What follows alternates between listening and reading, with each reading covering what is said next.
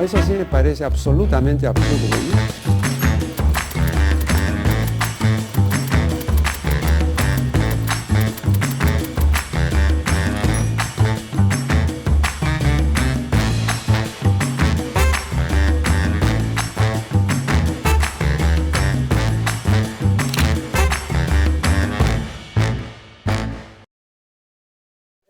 A la mesa de presentación que nos va a acompañar esta tarde. Nos acompaña Farid Cajat, él es profesor de la Universidad Católica del Perú y conductor del podcast Escena Internacional. Su más reciente libro, que se presentará en la FIL el 27 de julio a las 8 de la noche, es Contra la amenaza fantasma, la derecha radical latinoamericana y la reinvención de un enemigo común. Nos acompaña también Paulo Slachevsky desde Chile. Él trabajó como fotógrafo entre el 83 y el 89, cubriendo la movilización social contra la dictadura militar en Chile. En 1990, junto a Silvia Aguilera, funda Lome Ediciones, editorial que ha publicado este libro y que a la fecha tiene más de 2.000 títulos publicados, el catálogo vivo más grande de Chile. Fue presidente fundador de la Asociación de Editores de Chile, condecorado como caballero en la Orden de las Artes y las Letras, Francia 2005, y oficial de la misma orden el 2014. Nos acompaña también en mesa Irene Abugataz del movimiento BDS. Antes de empezar, quería agradecer también a la Cámara Peruana del Libro y a la organización de la feria que nos ha permitido continuar con el evento a pesar de las adversidades que se han presentado sobre la marcha. Gracias a la mesa y los recibimos con unas palmas.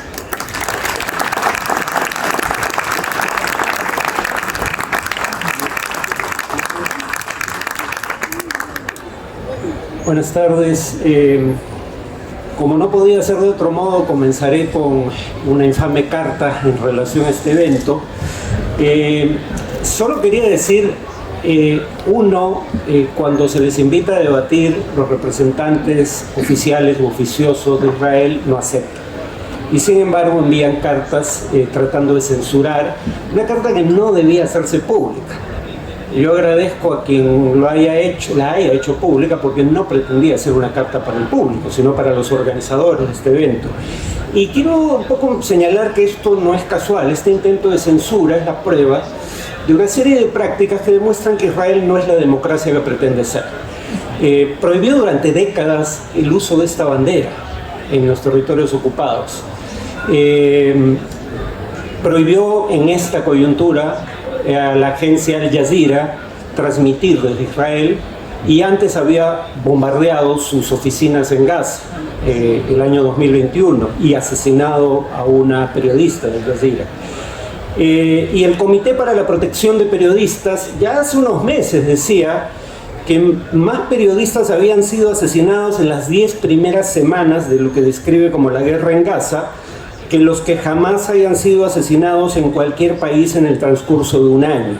Según uno de los textos, el de Brodsky, si no me equivoco, y en fines de febrero ya había 122 periodistas asesinados en Gaza, y es el Estado de Israel el que no permite que entren periodistas extranjeros. Los periodistas que fueron asesinados en Gaza eran gazatíes, palestinos de Gaza, pero es Israel quien no permite el ingreso de periodistas extranjeros. O sea, esto es un intento de impedir que se conozcan los hechos, que es bastante más amplio que la carta del embajador. Segundo, se suele pensar en este como un tema afín a posiciones políticas de izquierda, y en principio no hay razón por la que la izquierda no debe apoyar la causa palestina, pero yo diría que también es una causa que debería apoyar todo liberal, por ejemplo. Si uno cree, veamos lo que acaba de decidir ayer, tan solo ayer, la Corte Internacional de Justicia. Y la presencia de Israel en los territorios ocupados es ilegal, debe retirarse a la brevedad posible, pero además sobre los asentamientos para colonos judíos en tierras confiscadas a propietarios palestinos, acaba de fallar la Corte Internacional de Justicia el día de hoy. Bueno, es una opinión consultiva, no es un fallo. Uno, son ilegales. Dos, no solo Israel debe detener la construcción de asentamientos, según la Corte Internacional de Justicia, debe desmantelar los ya construidos, debe devolver las tierras y los bienes inmuebles a la población palestina, a la que se los confiscó o destruyó, y debe además indemnizar a los palestinos que han sido víctimas de estas políticas. Ayer. Es la misma corte, por si acaso, que dirimió el diferendo marítimo entre Perú y Chile, ¿no? No es un ente extraño, es la principal corte de la ONU. Silvana Rabinovich en su texto menciona las resoluciones, o casi todas las resoluciones pertinentes que van en la línea de lo dicho por la Corte Internacional de Justicia en su opinión de ayer, y ella menciona algo que yo había olvidado. Ya el año 82, durante el cerco israelí de Beirut, el Consejo de Seguridad exhortó a Israel a detener el asedio a Beirut porque estaba provocando hambre entre la población civil. Esto tiene precedentes. Y sobre el calificativo de antisemita que tuvo la osadía de usar el embajador, 8 de los autores de este libro son judíos, y el editor Pablo es también de origen judío. Y precisamente lo que ayuda a combatir el antisemitismo es decir que, a diferencia de lo que pretende el gobierno extremista de Netanyahu, según el cual sus políticas, por atentatorias que sean del derecho internacional, representan al conjunto del pueblo judío, lo que ayuda a combatir el antisemitismo es precisamente mostrar que el pueblo judío es diverso, no es un grupo homogéneo que apoye, digamos, sin ambajes las políticas del Estado de Israel. Y Pablo aquí presente es un ejemplo de ello. Ariel Feldman, incluso, que también es judío y uno de los autores, su título es bastante sugerente: La identidad secuestrada, refiriéndose a su identidad como judío. Patricio Brodsky, además, me enteré por el libro, que es uno de los columnistas, habla del carácter colonial del proyecto sionista. Yo no entiendo por qué los defensores de Israel se ofenden. Teodoro Herzl, el fundador del sionismo, le envía una carta a Cecil Rhodes, el fundador de un estado similar a la Sudáfrica del apartheid, conocido como Rhodesia. Era un megalómano que creó un estado racista al que le puso su apellido. Con ese sujeto se carteaba Herzl, fundador del sionismo, y le dice: mi proyecto y tu proyecto son similares porque son proyectos coloniales. Lo dice Herzl, el fundador del sionismo.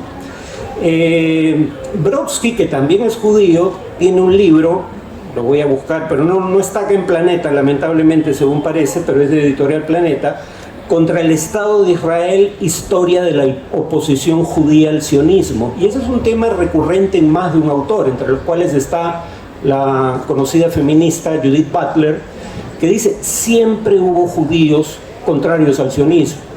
Y de hecho, probablemente la principal organización judía europea anterior al genocidio nazi era el Bund, que era un grupo judío de izquierda antisionista.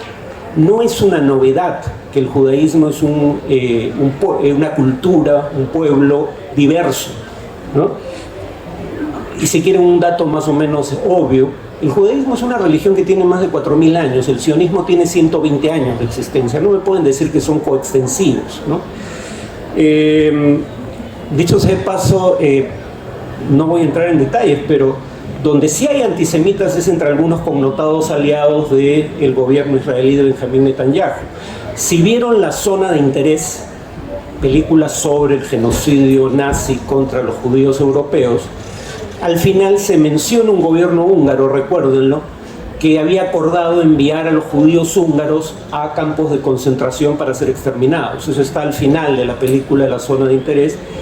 Ese gobierno húngaro era el de Miklos Horthy, aliado de Hitler. ¿Quién defiende a ese gobierno aliado de Hitler durante la Segunda Guerra Mundial? Víctor Orbán. ¿Quién es Víctor Orbán? El jefe de gobierno de Hungría, que es un buen aliado de Netanyahu, dicho sea de paso, ¿no? A Netanyahu no le importa si eres antisemita siempre y cuando seas pro-israelí, como en el caso de Víctor Orbán, que llama a este sujeto estadista excepcional. Podría poner más ejemplos, pero ya estoy al borde de mi tiempo. Un ejemplo local, de hecho sea de paso, las elecciones últimas en Brasil, Michelle Bolsonaro, esposa del candidato presidencial Jair Bolsonaro, va a votar el día de la elección con un polo que tiene la bandera de Israel. Uno diría, no puede ser antisemita. Días después, cuando los seguidores de Bolsonaro falsamente claman fraude en las elecciones que ganó Lula, los seguidores de Bolsonaro van a pedir un golpe de Estado frente a un cuartel general del ejército en Brasilia, haciendo el saludo nazi, ¿no? O sea, un día están con la bandera de Israel y al otro día hacen el saludo nazi. Se puede ser pro-israelí y antisemita. Y ese antisemitismo al gobierno de Israel no le preocupa en lo absoluto. Termino diciendo que además de lo que ha dicho la Corte Internacional de Justicia, Francesca Albanese, la relatora especial de la ONU sobre la situación de los derechos humanos en los territorios palestinos ocupados, tiene un informe sobre lo que ocurre en Gaza que lleva exactamente el mismo título que este libro: Palestina, anatomía de un genocidio. Leyendo la introducción, los autores hacen notar que a ellos se les ocurrió el nombre primero, pero la relatora especial de la ONU llama genocidio lo que ocurre en Gaza. Y terminaría con este dato: la Corte Internacional de Justicia, cuando acepta la acusación de genocidio contra Israel planteada por Sudáfrica, pudo haber desechado la acusación indicando que no había bases para proceder con el caso, pero leyó declaraciones de gobernantes israelíes que podían considerarse una incitación al genocidio, como las del presidente de Israel, Herzog, diciendo que toda la nación es responsable, en referencia a los palestinos, o el ministro de Defensa, Gallant, que dijo que no iba a entrar una gota de agua ni un gramo de alimentos a Gaza. Y además los hechos ocurridos en Gaza para decir la acusación sí tiene fundamento para proceder. Votan 14-1, no es una votación cercana, digamos, no es una votación ajustada entre los jueces. Y el fiscal general de la Corte Penal Internacional, Karim Khan, nominado por un gobierno conservador en el Reino Unido, acusa a 3 líderes de Hamas y a Netanyahu y al ministro de Defensa israelí de crímenes de guerra y de lesa humanidad, incluyendo los crímenes de causar hambre a civiles como método de guerra. Así que, digamos, no hay ofensa alguna en este libro. Lo que se dice desde el título puede ser corroborado, ¿no? Gracias.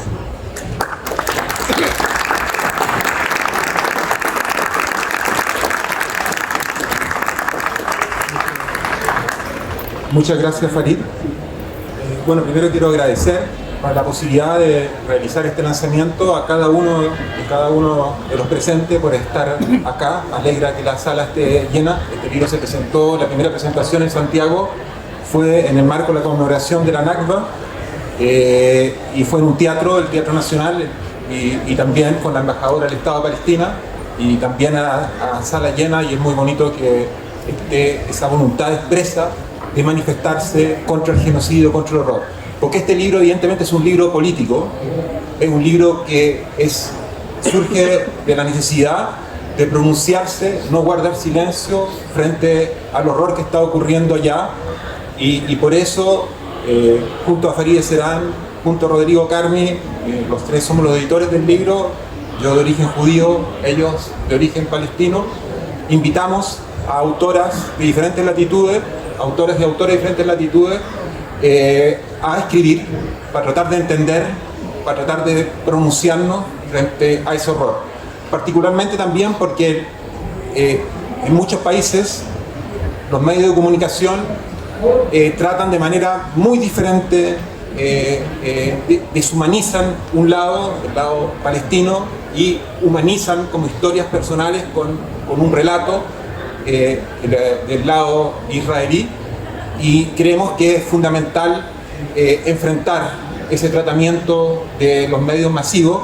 En verdad, en muchos países como en Chile, más que libertad de expresión, tenemos una plutocracia en los medios de comunicación, y en ese sentido las editoriales independientes son un espacio para una voz diferente. En ese sentido, bueno, además de agradecer a cada uno de los presentes, agradecer a Carlos Vera y a la Indie Books por organizar esta presentación. El libro está distribuido por la Indie Books en el stand 129 que queda acá a la vuelta.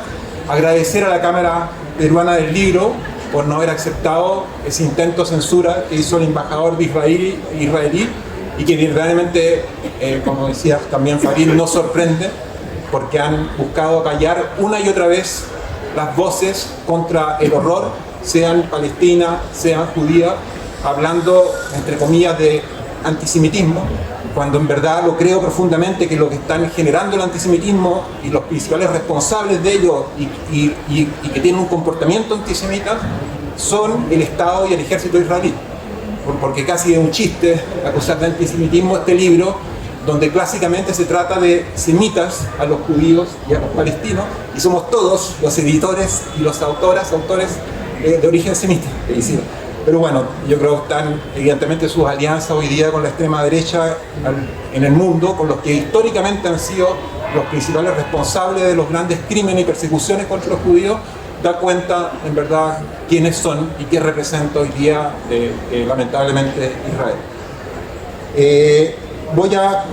Vamos a hacer dos vueltas en la presentación, una primera vuelta, una intervención de cada uno y una segunda vuelta. En esta primera vuelta voy a leer el texto que leí al momento de presentar el libro en Santiago, como decía, que fue un lanzamiento con un gran intelectual chileno, arquitecto Miguel Launer, de origen judío, y con la embajadora del Estado palestino. Cito: la responsabilidad por el asesinato de toda la nacionalidad judía en Polonia recae en primer lugar sobre aquellos que lo están llevando a cabo, pero indirectamente recae también sobre toda la humanidad, sobre los pueblos de las naciones aliadas y sobre sus gobiernos, que hasta el día de hoy no han tomado ninguna medida real para detener ese crimen. Al contemplar pasivamente el asesinato de millones de niños, mujeres y hombres indefensos y torturados, se han convertido en cómplices de ese crimen. No puedo seguir viviendo y callando mientras asesinan a los restos de los judíos de Polonia, de los que soy representante. Mis camaradas del gueto de Varsovia cayeron con las armas en la mano en la última batalla heroica. No se me permitió caer como ellos, junto a ellos, pero pertenezco con ellos a su fosa común. Con mi muerte deseo expresar mi más profunda protesta contra la inacción con la que el mundo observa y permite la destrucción del pueblo judío. Cierre comillas. Estas son las palabras de Szmul Siegelbaum, representante del Bund en el gobierno polaco en el exilio en Londres. Se suicidó el 12 de mayo de 1943, 81 años atrás. Su partido lo había sacado de Varsovia, ocupada por los nazis, tras su férrea y pública resistencia a que los judíos sean encerrados en un gueto. El Bund, Unión General de los Trabajadores Judíos, que ya Farid citaba, fue la principal organización de la izquierda judía en el Jüdisch Land, el mundo judío de los países del este. Socialistas y revolucionarios, al igual que gran parte de los judíos partícipes del partido bolchevique, menchevique y a los partidos comunistas y socialistas, eran antifascistas, antinazis y también antisionistas. En la Polonia de 1938, el Bund era la principal fuerza entre los judíos. De los 138 consejeros municipales judíos elegidos en las elecciones de ese año, 97 eran del Bund. La historia de esa izquierda judía antisionista es hoy una historia enterrada y silenciada. Primero, por la destrucción del Jüdisch Land en manos de los nazis, y luego por la hegemonía del sionismo tras la creación del Estado de Israel. Esta es una historia y un etos que es urgente recuperar cuando en una falsa equivalencia el sionismo e Israel pretenden imponerse como la voz y la nación de los judíos, matando y oprimiendo al pueblo palestino. Ocupan para ello las mismas prácticas que sufrió el pueblo judío en manos de los nazis: la deshumanización del otro, la masividad de los crímenes sobre la población civil y el uso máximo de la técnica para exterminar. ¿Cómo no establecer la analogía entre la aniquilación de pueblos enteros por los nazis en los países del este de Europa o en Oradour, en Francia, con la destrucción total y el exterminio del pueblo palestino que hoy vemos en Gaza? El acto de interpelación, protesta y resistencia de Szmul Siegelbaum ante el genocidio del pueblo judío se hermana con el suicidio de Lo Bonzo el 25 de febrero pasado comillas, como acto de protesta extrema, cierre comillas, del militar estadounidense Aaron Bushnell frente a la Embajada de Israel en Washington, quien señaló que, comillas, ya no sería cómplice del genocidio, gritando a la vez Palestina libre. Este libro, que reúne voces de origen palestino y judío, busca ser un gesto más de protesta y resistencia frente al genocidio, tanto contra quienes lo perpetran como ante la inacción con la que el mundo observa y permite la destrucción del pueblo palestino. Un gesto que, al conjugar estas voces, subraya que alzarse contra la política criminal y colonial de Israel no es ser antisemita, sino un reflejo de básica humanidad, un acto de respeto y amor a las culturas y memoria de los pueblos judíos y palestinos, una forma de recuperar, entre otros, la milenaria hermandad que se vivió en Palestina y en el resto del mundo árabe entre judíos, palestinos y árabes en general. El antisemitismo es fundamentalmente una catastrófica historia occidental. Hoy, sin embargo, para legitimarse mientras masacra y expulsa a la población palestina, Occidente e Israel han pretendido proyectar este discurso de odio y racismo al Medio Oriente. Pretenden así acallar la reacción que genera ese falso oasis democrático en Medio Oriente que Israel dice ser, e invalidar la legítima resistencia a la dominación colonial. Por lo demás, ese ímpetu por enrastrar en los árabes y palestinos el antisemitismo tiene más que ver con la continuidad del racismo y la discriminación occidental, que hoy se materializa principalmente contra las poblaciones árabes y africanas, que con una verdadera defensa del otro y la lucha contra la discriminación y el racismo. Las reflexiones de este libro constituyen un gran aporte para develar lo que ocurre en Gaza y Cisjordania y lo que está en juego, resquebrajando prejuicios y contextualizando los hechos. En particular, desde lo judío, los ensayos acá reunidos dan elementos para enriquecer y fortalecer la reflexión, el debate y la acción de las y los judíos alrededor del mundo que manifiestan su indignación en contra del accionar de Israel y el sionismo, y ponen en evidencia que Israel, con su acción y su soberbia criminal, lejos de proteger y salvaguardar los judíos, no solo está exterminando el pueblo y la cultura palestina, sino que también está destrozando la historia, la cultura, la diversidad y la memoria del pueblo judío.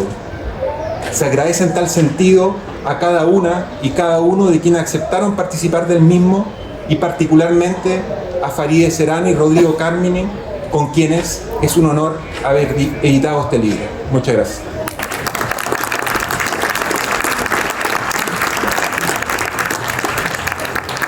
Dejo con la palabra ahora a Irene Apugatas. Buenas, ¿qué tal? ¿Cómo están? Estoy muy emocionada de estar en esta mesa con Farid y con Paulo, a quien le agradezco muchísimo este libro, que leeré ahora inmediatamente cuando salga de acá. Voy a leerlo. Y a Farid por siempre aclarar los conceptos. Yo vengo acá a representar al movimiento BDS. El movimiento BDS es el movimiento de boicot, desinversión y sanciones contra Israel, que es un movimiento que se creó en el 2005 más o menos, 2004-2005, por la propia sociedad y palestina. Son los gremios palestinos, las asociaciones palestinas y los grupos palestinos que se juntaron, quienes formaron este movimiento BDS. Es un movimiento libre, es un movimiento al cual todos podemos pertenecer porque es un movimiento internacional. Tiene ciertos principios y uno de los más básicos es la no discriminación. Es un movimiento contra la discriminación, por lo tanto no puede ser antisemita, como generalmente Israel lo denomina. El movimiento BDS es absolutamente antidiscriminatorio, no permite la discriminación de nadie, ni dentro de su grupo ni fuera, ni de ningún pueblo. también es un movimiento que busca la equidad, la igualdad y la libertad de los pueblos. Y se basa en tres cosas, básicamente tres cosas. Lo que solicita el BDS son tres cosas. Que Israel permita el retorno de los refugiados que están alrededor del mundo, los refugiados palestinos que tuvieron que salir en el 48 y que tuvieron que salir en el 67 y han seguido saliendo, que permita el ingreso a Palestina nuevamente de estos refugiados, lo cual no hace Israel hasta ahora. Les impide el ingreso a todos los palestinos a Palestina, incluyendo y sobre todo a los refugiados que están en los países alrededor de Palestina y alrededor de todo el mundo.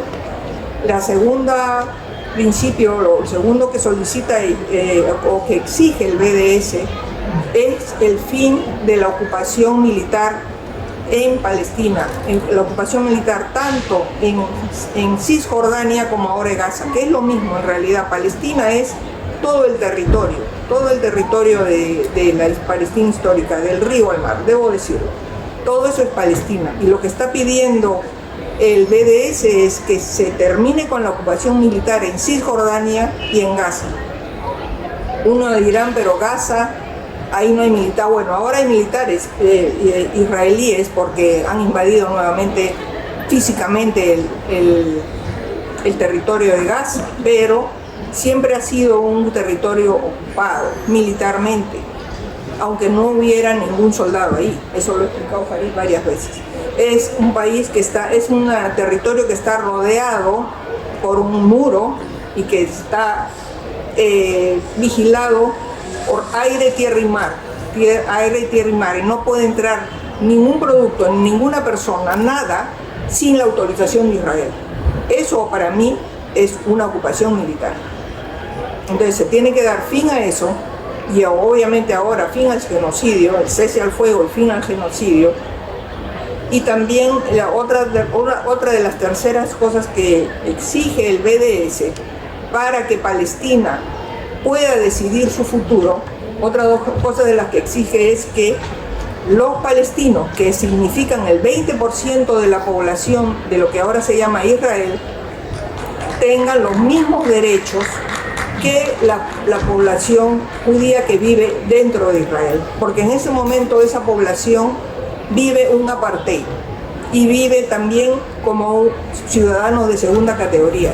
Hay por lo menos 50 leyes que prohíben o que limitan el movimiento y el accionar de la población que vive, palestina que vive en Israel. Son esos tres principios fundamentales que el BDS solicita o exige que se cumplan. ¿Para qué? Para que los palestinos puedan decidir sobre su futuro. Ahora se habla mucho de negociaciones entre palestinos e israelíes, pero no se puede negociar en una situación de opresión. Israel siempre va a tener el poder ante los palestinos para decidir si es que sigue con las negociaciones y cómo son las negociaciones, para que haya paz y para que haya justicia, porque paz con justicia en ese territorio. Los palestinos tienen que ser libres. Así que lo que tenemos que hacer nosotros como un movimiento BDS y como parte de la humanidad que estamos preocupados por lo que está ocurriendo en Palestina, lo que tenemos que hacer es apoyar al pueblo palestino para que se libere del apartheid, para que se libere del colonialismo, porque hay una cosa muy cierta, como dijo Farid, esto es un proyecto colonial que empezó hace por lo menos 100 años. Está bastante bien diseñado. Y lo que es importante decir, y lo que se tiene que repetir 1000 veces, es que el pueblo palestino, los palestinos que viven en ese territorio, es un pueblo originario, es un pueblo indígena de la zona, que tiene por lo menos 9000 años de existencia ahí. Se empezaron a llamar palestinos de la época de los bizantinos. Había un montón de etnias ahí, inclusive la etnia hebrea. que finalmente se llamó también Palestina, se reconocían como palestinos árabes. Y bueno, entonces es un pueblo indígena, es un pueblo originario, que lo único que está haciendo es defender su territorio y lo único que quiere es recuperar su territorio. Y por eso el movimiento BDS está acá, para eso, para solidarizarse con los palestinos en Palestina y para apoyarlos en su liberación. No sé si tengo más tiempo. Voy a quedarme ahí y después voy a seguir hablando de lo que podemos hacer como movimiento BDS.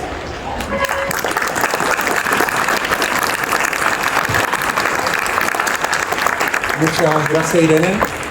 Nos quedan unos 15 minutos y la idea era dar una segunda vuelta en torno de algunos temas, a lo mejor que se conjugan, digamos, es decir, el riesgo a la paz mundial de lo que ocurre allí, el futuro de Palestina, Israel, si hay esperanza o solo desesperanza, qué hacer. Un poco en torno a eso, la idea es que cada uno podamos intervenir unos 5 minutos para cerrar. Bueno, sobre la expresión desde el río hasta el mar, cuando oyen eso, los representantes de Israel dicen eso implica que no aceptas el derecho de Israel a existir. Lo primero que habría que decir es que Netanyahu, cuando se presenta ante la ONU, exhibe el mapa de todo Palestina. El primero en exigir todo el territorio es él. Su gobierno no acepta la creación de un Estado palestino. El Parlamento israelí acaba de votar en contra de aceptar la creación de un Estado palestino. Cuando Hamás dice desde el río hasta el mar, yo también me opongo, porque Hamás lo que cree que debería haber es un solo Estado árabe musulmán en Palestina. Yo estoy en contra de eso. Pero Hamás sí dice, cosa que no dice el gobierno israelí, que si hubiera un referéndum entre los palestinos y la mayoría de los palestinos aceptara un Estado en los territorios ocupados en 1967 que conviva con Israel, aceptarían eso. La otra propuesta, que fue la propuesta original de muchos judíos de izquierda, por ejemplo, Anilevich, judío que fue el defensor del gueto de Varsovia contra las tropas nazis, el grupo al que pertenecía Mordejai Anilevich era un grupo que proponía un Estado federal binacional, donde no importara si era judío, cristiano, musulmán o ateo, para el caso, y donde todos tuvieran igualdad de derechos en un único Estado. Esa es la otra acepción, la acepción actual de desde el río hasta el mar. Yo añadiría, en cuanto a perspectivas, es difícil ser optimista viendo lo que ocurre ahora. Lo único que me da algún hálito de esperanza son los jóvenes de algunos países como Estados Unidos, ¿no? Sobre todo porque suelen ser el anticipo de lo que va a ocurrir luego. Los jóvenes norteamericanos, y en particular la Universidad de Columbia, que habría que decir es una universidad con una alta proporción de alumnos judíos críticos del sionismo, cada vez que ellos se han movilizado, su causa terminó siendo reivindicada por la historia.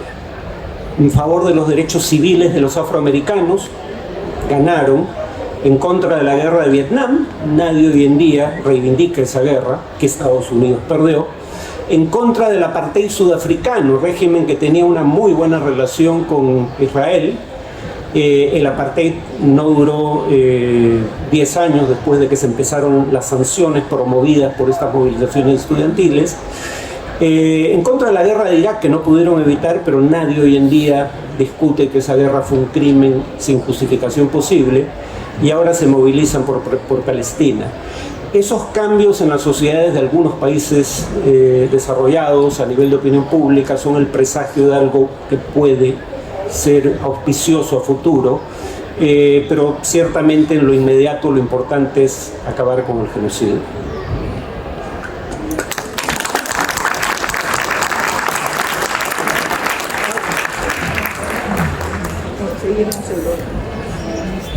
Gracias nuevamente, Farid.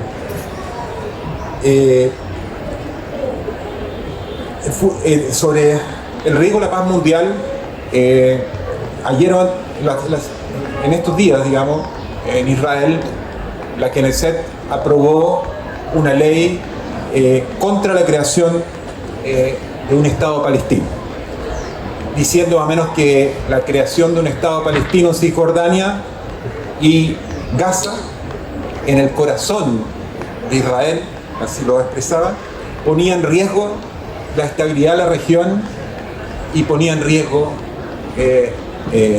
la seguridad de Israel. En verdad, lo que aprueba el Parlamento israelí es exactamente, me parece, lo contrario de lo que es la realidad. Es decir, lo que pone en riesgo la estabilidad de la región, y lo ha puesto en riesgo hace décadas, y ha transformado toda esa zona en un polvorín, digamos, es la política colonialista de Israel y la instalación de un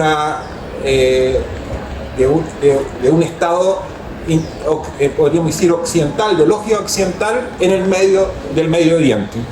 El gran historiador israelí que vive en exilio en Londres, Ilan Pappé, plantea justamente que la esperanza de un futuro está en los palestinos, que puedan construir un Estado y una realidad en otra lógica, a la lógica occidental dominante, donde al final están los unos y los otros en una lógica como enemigo. Hoy día vemos como en todo el mundo dominan los discursos de extrema derecha, donde la fuerza está en calificar al migrante como potencial enemigo, como lo hacen los israelíes con los palestinos.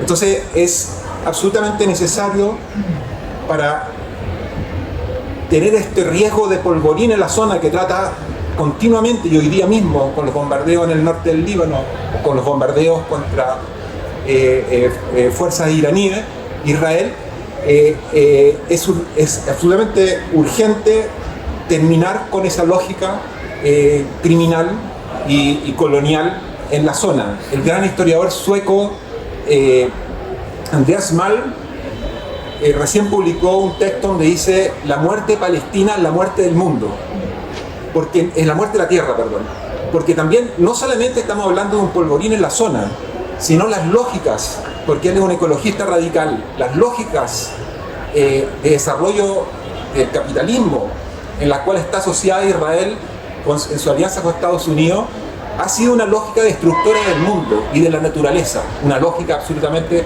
arrasadora, no solamente con el ser humano y con los otros, sino con la tierra misma. Y si no logramos revertir esas lógicas, transformar esas lógicas y evitar que esas lógicas dominen en los diversos países del mundo, no solamente se corre el riesgo de ver genocidios como el que vemos hoy día en directo en Palestina, sino corremos el riesgo de avanzar hacia un fin de la humanidad en esta evidentemente situación de calentamiento global y destrucción de la tierra que estamos viviendo hace décadas y que se ha acrecentado de manera brutal. Por eso es urgente, y ahí planteo el qué hacer, como no hay ninguna esperanza, lamentablemente, de un cambio de la situación desde Israel mismo, porque si bien hay gente muy valiente en Israel que lucha contra la lógica del Estado israelí, han habido movimientos permanentemente a través de toda la historia israelí, como la vida que hoy día son minoritarios, como antes eran mayoritarios dentro de los judíos de izquierda del antisionismo, pero desde dentro es muy difícil transformar las cosas. Hay una educación, una cultura instalada, unos medios de comunicación, aparte de algunas excepciones, que al final naturalizan a los palestinos como un elemento de miedo, como destrucción de su futuro, y están absolutamente ensimismados. Se depende para una transformación del mundo, de realmente que hay una presión internacional, como se ha ido creciendo este último tiempo, una presión internacional que no solamente se puede esperar que sea de los estados, debe ser de la sociedad civil, y por eso es tan importante que cada vez que hay manifestaciones en favor de Palestina, movilizaciones en las universidades, participar, porque no podemos ser ajenos e indiferentes frente al horror. Si nosotros permitimos que se naturalicen esas prácticas, es como ese poema que se decía de Brecht: primero se llevaron a los comunistas y no hice nada, después se llevaron a otros y no hice nada, y ahora me llevan a mí. Es decir, como humanidad tenemos que reaccionar, y hoy día en Palestina estamos viviendo un dolor de la humanidad que requiere movilizarse, requiere actuar e insistir con nuestros gobiernos, insistir con nuestro, por ejemplo, con nuestros ministerios de la cultura, porque han asesinado a escritores, han destrozado bibliotecas, han arrasado con toda la infraestructura cultural de Gaza, han destruido una zona de un riquísimo patrimonio histórico.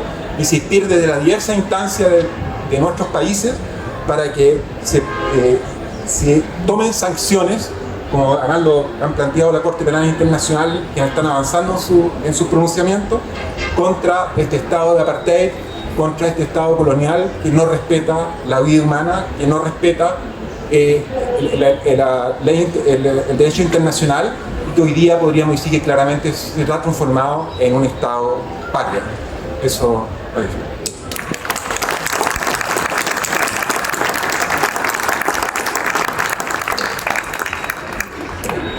Bueno, siguiendo las palabras de Paulo, ¿qué es lo que se puede hacer con el BDS? Una de las cosas que exige el BDS es efectivamente las sanciones en contra del Estado de Israel. Tenemos que dejar de normalizar nuestra relación, no solamente a nivel de Estado, sino a nivel de población, a nivel de estudiante, a nivel de persona común, a nivel de profesor. Tenemos que dejar de normalizar la relación con un Estado colonial, asesino y genocida, porque eso es lo que es un Estado genocida desde su concepción, desde 1948. Tenemos que dejar de normalizar esa relación. ¿Cómo hacemos? Si, por ejemplo, somos estudiantes o profesores de alguna universidad, lo que tenemos que hacer es evitar relacionarlos académicamente con Israel, con sus universidades, porque en las universidades israelíes es donde se gesta el seguimiento al pueblo palestino, donde se gestan todos estos métodos de muerte y militarizados de Israel contra el pueblo palestino, y no solamente contra el pueblo palestino, porque las armas que se utilizan en Israel luego se venden al mundo como armas probadas en campo,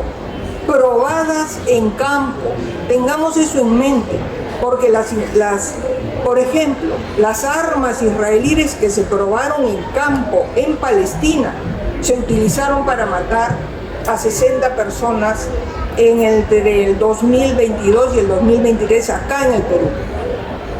O sea, no estamos tan alejados de lo que ocurre en el Medio Oriente, de lo que ocurre en Palestina.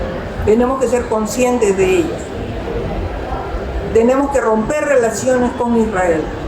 Tenemos que exigirle al Estado peruano que rompa relaciones con Israel, porque es un Estado colonial.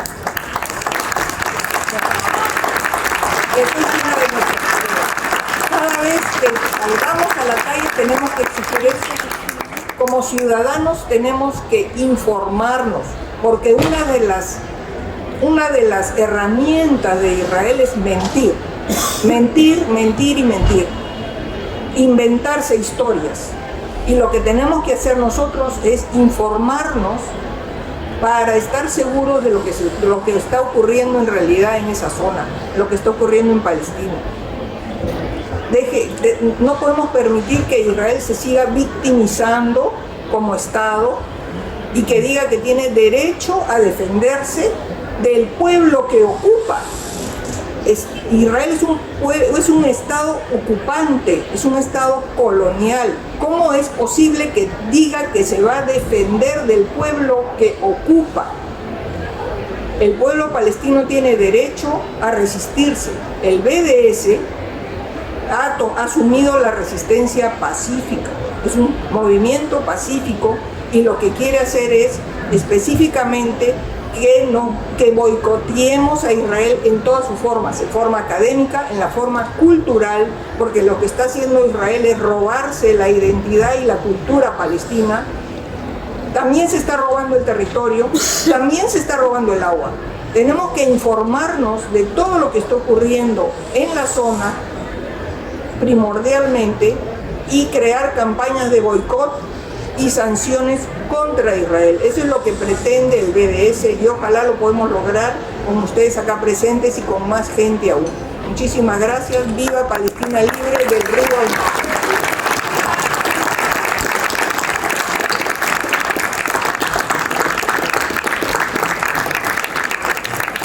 Bueno, muchas gracias nuevamente a cada una de ustedes, cada uno y cada uno de ustedes que ha participado de este encuentro. Muchas gracias a Farid, a Irene, a la Indie Books, a Carlos Vera, y me recuerdo que en el stand... termino a la Indie Books, a Carlos Vela, a la Cámara Peruana del Libro, por no haber aceptado evidentemente ese intento de Palestina, de censura, y espero que más que temprano que tarde, por la presión internacional, porque los países occidentales realmente hagan carne lo que se prometió después de la Segunda Guerra Mundial, con la instalación del derecho internacional y los conceptos de la Convención contra el Genocidio y los derechos humanos contra los crímenes de humanidad, que no se siga aceptando estos crímenes, que se apliquen sanciones reales, y en Palestina, Israel y toda esa zona, todas, independientemente de su origen, independientemente de sus credos, sean ciudadanos con los mismos derechos, y por ningún motivo podemos seguir viviendo esta realidad que instalada, donde unos tienen un derecho y los otros ninguno. Muchas gracias.